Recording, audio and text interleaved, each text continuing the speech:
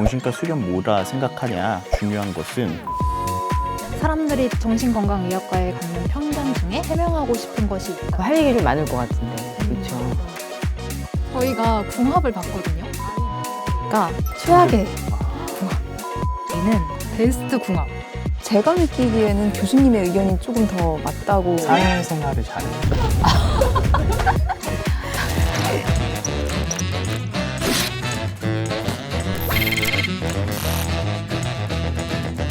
네, 안녕하세요. 저는 아주대학교 병원 정신건강의학과에서 임상 강사로 일하고 있는 조용혁이라고 합니다.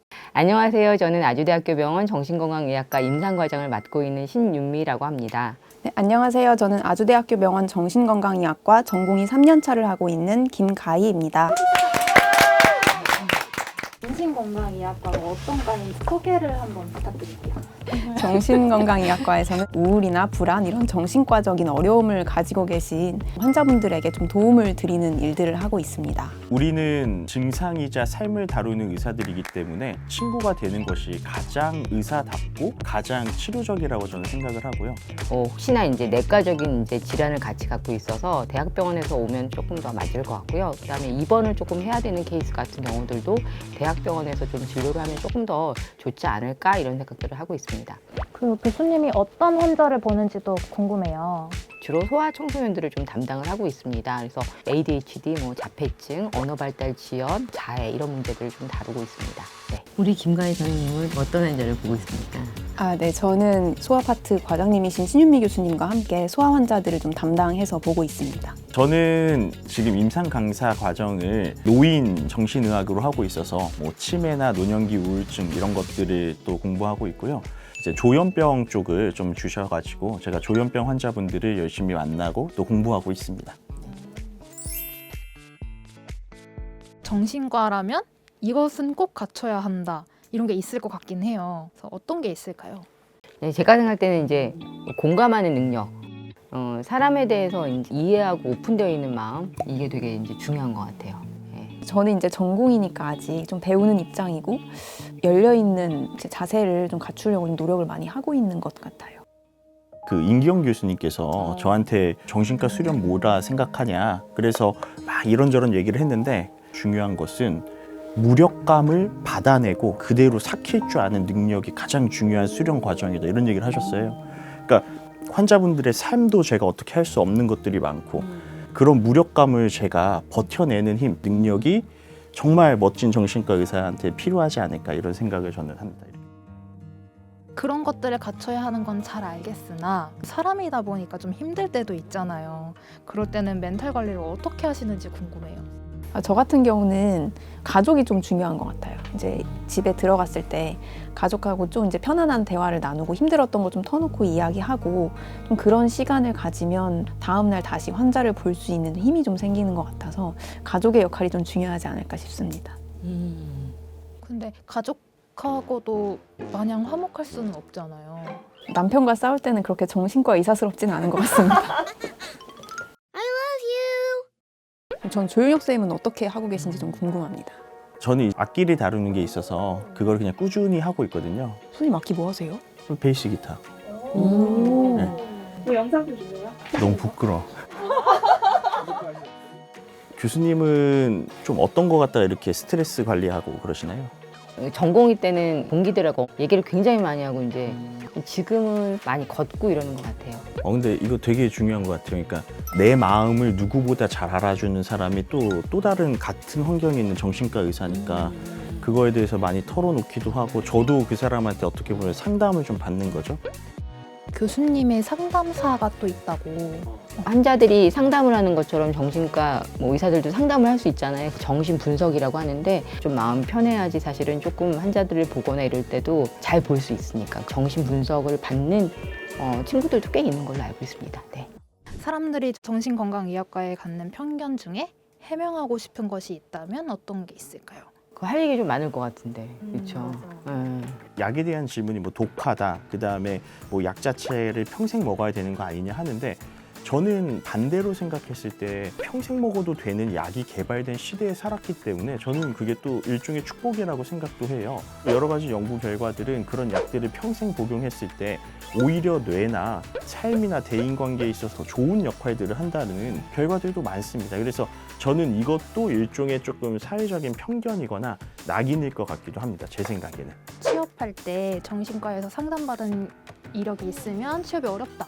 근데 그 생각을 진짜 많이 하시는 것 같은데 의료 정보라고 그러죠. 이제 저희가 이제 처방을 하거나 이런 것들은 바깥으로 나갈 수가 없거든요. 그래서 사실지만은 장애 등록을 하거나 뭐 이런 경우는 조금 예외적인 상황이 될 수는 있을 것 같아요. 네. 그 왜 직업마다 직업병들이 있잖아요. 근데 선생님들도 뭔가 그런 직업병들이 있을 것 같아요. 직업병 있어, 가희야? 저한테 해당하는 거라면 꿈을 많이 꾸는 편이라서 제 꿈 꾸고 꿈에 대해서 분석을 해보려고 한다거나 이게 분석을 하는 것도 있어요? 꿈 분석하죠. 꿈 분석이 제일 중요하지. 그러면 저 예시 하나만 여쭤봐도 돼요?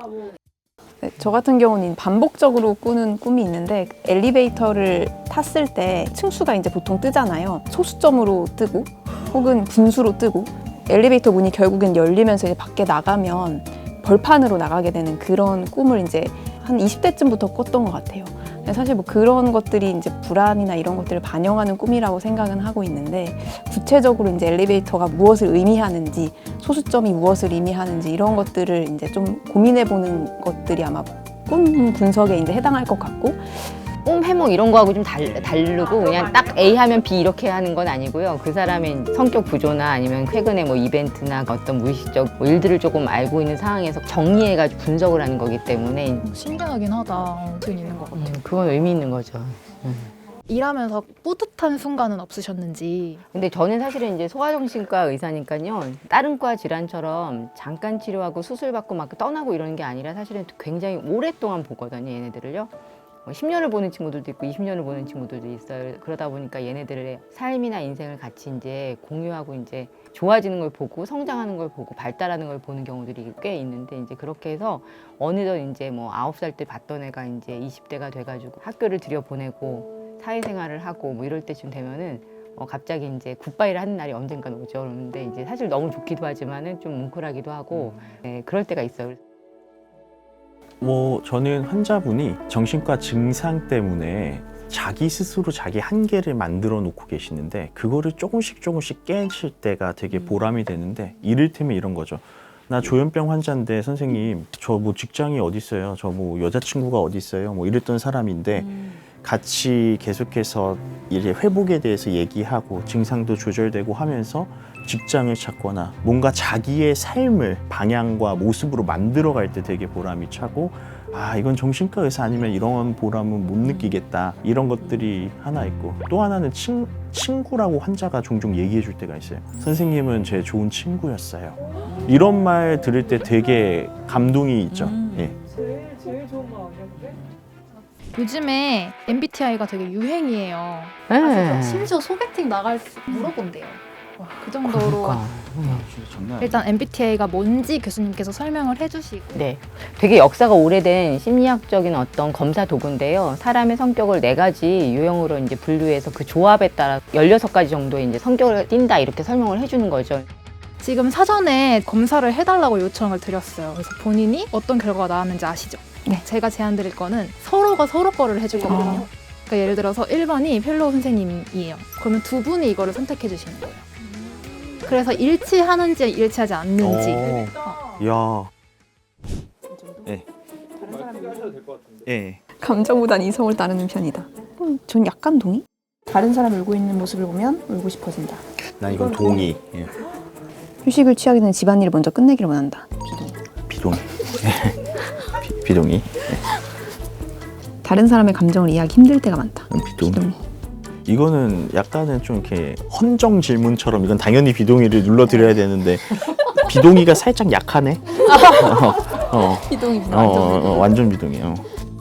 일이 원하는 대로 진행될 것이라는 자신감이 있다. 동의. 다 했습니다. 그리고 교수님께서는 INFJ. 인프제가 나왔는데 실제 결과지는 뭐였죠? 제가 한 거는 ISFJ. 그러면 S랑 N 차이 하나 달라요.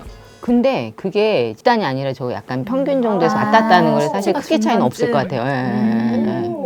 그럼 나머지 네. 두 분이 테스트했었을 때 이건 맞고 이건 틀리다는 거 있었어요? 아, 약간 그 집에 가서 집이를 미룬다 이렇게 얘기했는데 살짝 기분 엄청 나쁘더라고요. 가희가 하는 걸 제가 봤어요. 아니요, 저 아니에요. 저 되게 느긋하실 것 같아서. 맞는 것 같긴 하지만 좀 약간 기분이 살짝. 감정 되게 중요하게 생각하실 것 같아요. 그렇지. 그럼 비동의. 예. 단체 활동 너무 좋아하시죠? 좋아하지. 단체 활동 너무 좋아하지. 감상적이지. 걔가 없어. 즉흥적으로. 그렇지. 그렇죠. 펠로우 선생님께서는 결과가 NFP가 나오셨어요. 선생님이 했을 때는 뭐 나왔어요? 저는 한 번도 ENFP 외의 게 나와본 적이 없어요. 네. 와, 단 한 번도 안 나온 적이 없어요. 한 10년째 이게 똑같은 것 같은데 대학교 때부터. 그럼 신뢰성이 높네. 그 두 분이 테스트 해줬을 때 이거 진짜 잘 맞췄다. 별로 안 들어요. 네. 네. 사람이 바꿀 수 있는 게 세 가지가 나와요. 배우자를 만날 때 사람이, 두 번째로는 종교를 찾았을 때 바뀔 수 있다. 어떻게 생각하시는지 크게 상관없습니다. 예. 그 가희쌤 거. 저 나가 있어도 되나요? 왜요? 상대방의 잘못이라는 것이 명백할 때도 상대방의 체면을 살려주. 이거는 많이 동의. 전 이거 많이 동의야? 나중에 상대방이 실망이 될까 걱정하곤 한다. 지금 엄청 걱정하고 있어요. 그런 거 같네. 예, 나 이거 아니라고 예. 생각했는데 대부분의 시간을 혼자. 이거 너무 잔인한 짤이 아닌가요? 가희쌤은 ISTJ, ETJ. 저는 제가 했을 때는 INTJ. 다른 분들 해줬을 때는 ISTJ가 나왔어요. 사실 갈리는 게 좀 네, 갈리는 게 되게 있었어요. 많은 것 같아요. 교수님한테 보이는 거랑 다를 수 있잖아요. 누구의 의견이 맞는 것 같았어요? 제가 느끼기에는 교수님의 의견이 조금 더 맞다고. 사회생활을 잘해요. 저희가 궁합을 봤거든요. ISTJ하고 INFJ가 최악의 궁합. 우리 사이 좋은데, 그치? 그럼요.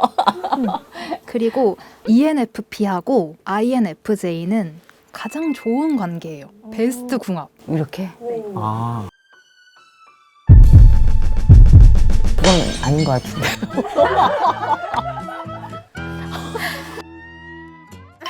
기억이 안 나는 것 같아요.